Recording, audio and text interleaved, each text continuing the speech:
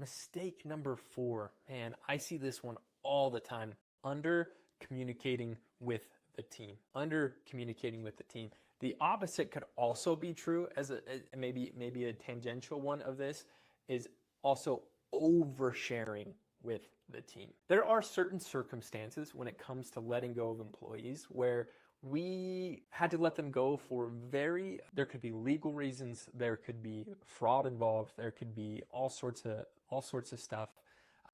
And maybe they just weren't happy, whatever it is. So over communicating, sharing too much of that information is not appropriate. But more commonly, I see under communicating with the team, where you have the conversation at the end of the day on a Wednesday, you decide it's time to let them go, you let the employee go, and then you show up the next day and everyone's wondering, where's Janet?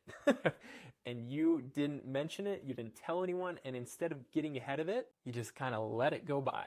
And you say, oh yeah, sorry, we had to let Janet go. And that's it. What happens is when people lack information, they assume the worst. When people lack information, they assume the worst.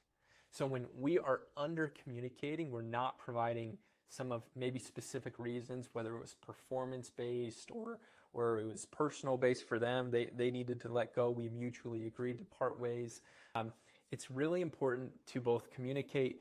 You don't need to get into the nitty-gritty details. People don't need to know. There's no need to create gossip or spread rumor mills or anything like that. But it's important to get ahead of it and then to also confidently explain the plan moving forward.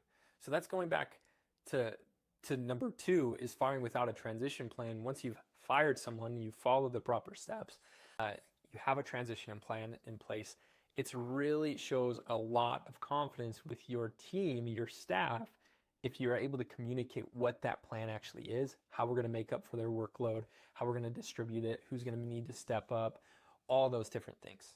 That's really, really helpful when we're letting someone go, especially if they're a key player and they carry a very heavy load.